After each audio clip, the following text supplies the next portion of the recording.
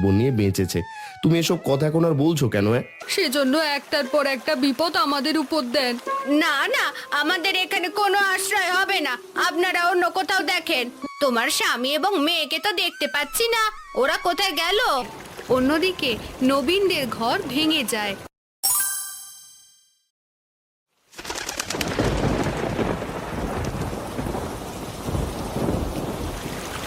প্রচণ্ড বন্যায় গোপালদের ঘর ভেসে গেছে।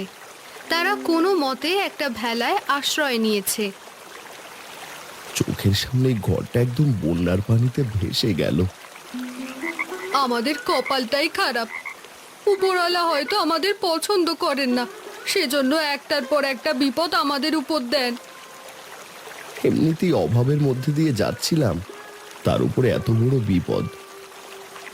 বাবা, এখন আমরা কি করব? কোথায় থাকবো? তুই কোনো চিন্তা করিস না মা, আমরা তোর কাকার বাড়ির দিকে যাচ্ছি। নবীন কাকার বাড়ির দিকে বাবা? হ্যাঁ, তোর নবীন কাকার ওখানে গিয়ে আশ্রয় নেব।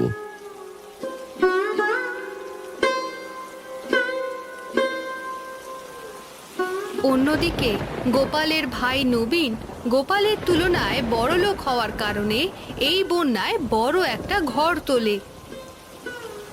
নবীন, বড় বিপদে পড়ে তোদের এখানে এসেছি। বন্যায় আমাদের ঘর ভাসিয়ে নিয়ে গেছে। কি বলছো দাদা? বন্যা তোমাদের ঘর ভাসিয়ে নিয়ে গেছে?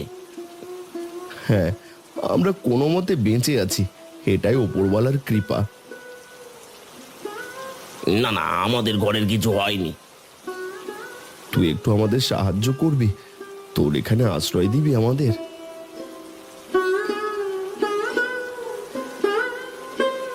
না না, আমাদের এখানে কোনো আশ্রয় হবে না।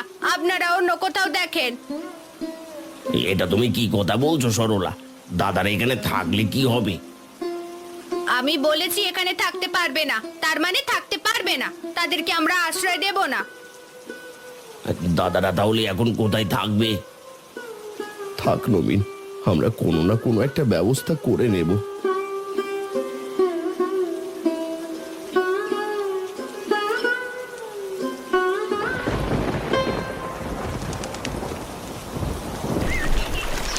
বাবা, কাকা তো আমাদের আশ্রয় দিল না। এখন কি হবে আমাদের? কি করব কিছুই তো বুঝতে পারছি না। ওই যে একটা বড় গাছ দেখা যায় নবীনদের ঘরের সামনে, চলো আমরা ওখানে আশ্রয় নিই। ওখানে কিভাবে আশ্রয় নেব? আপাতত ওখানে গিয়ে ভেলাটা বেঁধে ফেলো, না হলে স্রোতে ভেসে যেতে পারে। তুমি কি বলছো? সারা রাত এরকম ভেলায় কাটিয়ে দেব? এখন তো আমাদের কাছে আর কোনো উপায় নেই। বন্যার পানি কতদিন থাকে তা তো বলা যায় না। আচ্ছা ঠিক আছে, চলো ওই গাছের সাথে ভেলাটা বেঁধে আজকে ওখানেই থাকি।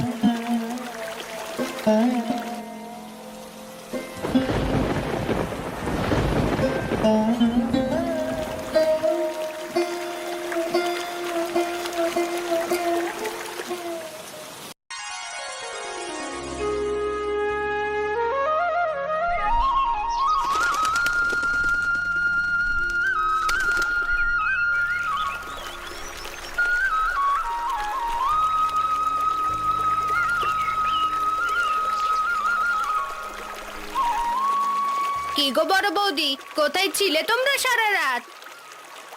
কোথায় আর থাকবো, ভেলার মধ্যেই কাটিয়ে দিয়েছি। তোমার স্বামী এবং মেয়েকে তো দেখতে পাচ্ছি না, ওরা কোথায় গেল? ওরা অন্য একটা ভেলা নিয়ে ভেসে যাওয়া ঘর দেখতে গেছে। গরিব হলে এই একটা ঝামেলা, ভালোভাবে জীবন কাটানো যায় না। এমনিতে ঘরে আশ্রয় দাওনি, তার উপরে এখন আবার অপমান করছো। তোমরা বাইরে ভালো আছো, এই ঘরে তোমরা থাকতে পারবে না।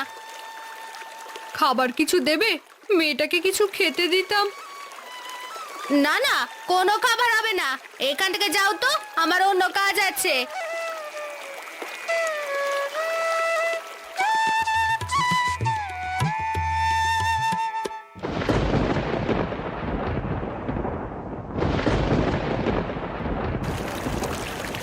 বাবা, আকাশের অবস্থা তেমন একটা ভালো নয়। সেটা তো আমিও দেখতে পাচ্ছি, মনে হচ্ছে ঝড় হবে। বাবা, আমাদের তো কোনো ঘর নেই, এবার আমাদের কি হবে? আমার কাছে একটা বুদ্ধি আছে। কি বুদ্ধি বলো তো?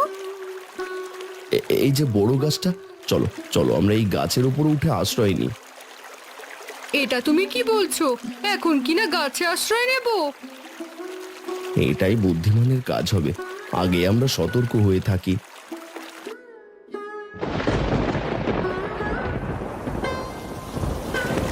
গোপাল পরিবারকে নিয়ে গাছে আশ্রয় নেয়।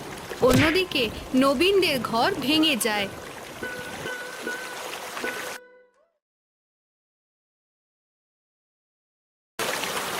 ভালো ঘরে থেকে কি এমন হলো? তোমাদের ঘর তো সেই ভেঙে গেল, আমরা ভেলায় ভালো আছি। ঘর চাইলে আমরা মেরামত করে নিতে পারবো, তোমাদের তো থাকারও জায়গা নেই।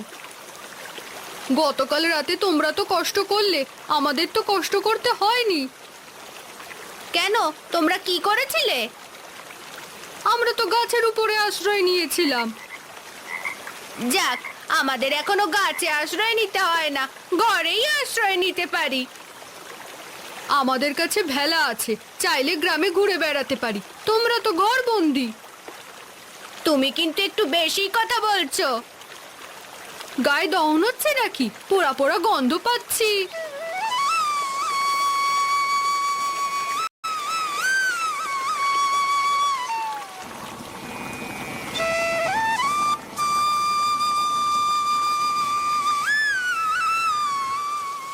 কি হয়েছে? তোমার মুখটা এমন শুকনো কেন? কি হয়েছে বুঝতে পারছো না? তুমি যদি আমাকে না বলো তাহলে আমি কিভাবে বুঝবো? ঘরের কি অবস্থা হয়েছে তোমার চোখে পড়ছে না? তা তো অবশ্যই ঠিক করব, একটু সময় তো লাগবে। শোনো, আর একটা ভেলা বানাবে। আচ্ছা ঠিক আছে, বুঝতে পেরেছি, করে দেব। মনে থাকে যেন। থাকবে থাকবে, তুমি এত চিন্তা করো না।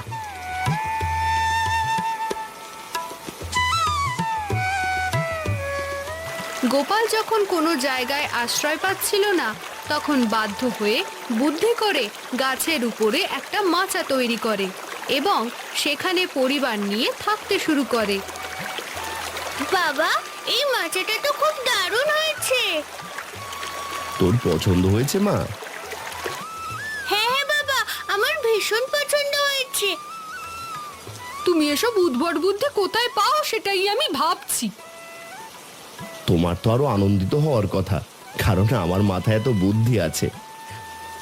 কতদিন যে এভাবে থাকা লাগবে কে জানে। মা, তুমি এত বিরক্ত হচ্ছ কেন? আমাদের তো ভালোই লাগছে, তাই না বলো বাবা? হ্যাঁ, আমার তো ভালোই লাগছে। তাহলে এক কাজ করো, পানি নেমে গেলে তোমরা বাবা মেয়ে এখানেই থেকো, আমি বাড়িতে চলে যাব।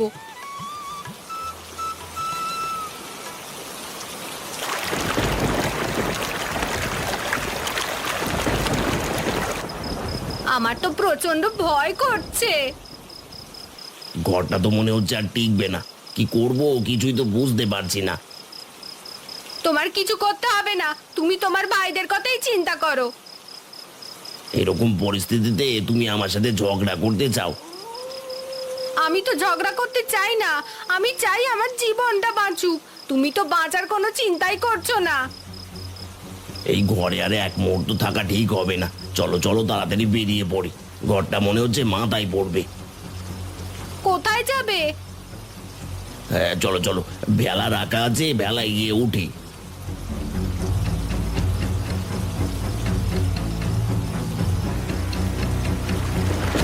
নবীন ও সরলা ভেলায় উঠতে গেলে ভেলা উল্টে যায়।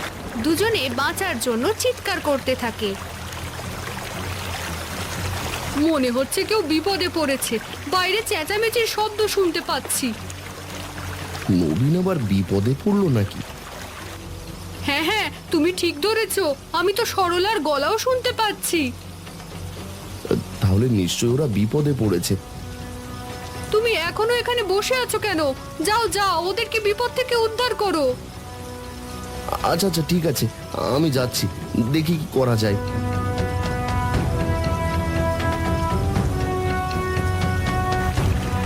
তুমি সাবধানে থেকো।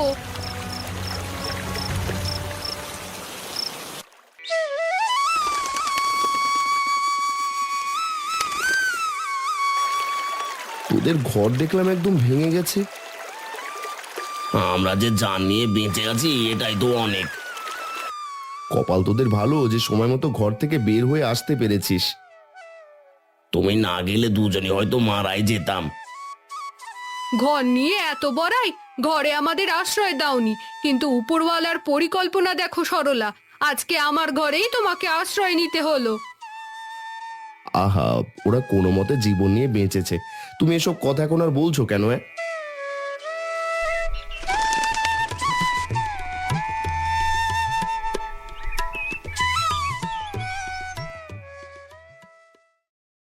কিছুদিন পর বন্যার পানি নেমে গেছে, সবকিছু স্বাভাবিক হয়ে গেছে।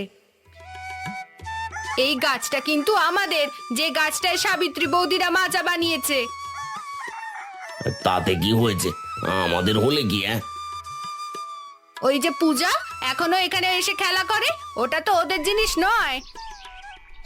গোপাল দাদা, সাবিত্রী বৌদি তোমার জীবন বাঁচিয়েছে, তোমার মন থেকে হিংসে কি এখনো যায়নি? তুমি আমার সাথে এমন ভাবে কথা বলছো কেন? আমি তোমাকে এত ভালো করার চেষ্টা করছি, তুমি তো পরিবর্তনই হচ্ছ না। তারা না বাঁচালে তোমার কি হতো বলো তো? ঠিক আছে, আমি ভুল করতেই পারি, তুমি একটু ভালোভাবে বোঝালেই তো হয়। আমি নিজের ভুল বুঝতে পারি। এখন বুঝতে পেরেছো তো নিজের ভুল? হ্যাঁ, বুঝতে পেরেছি। এরপর সরলা নিজের ভুল বুঝতে পারে, কখনো আর সাবিত্রীদের সাথে হিংসা করে না, মিলেমিশে একসাথে বসবাস করতে থাকে।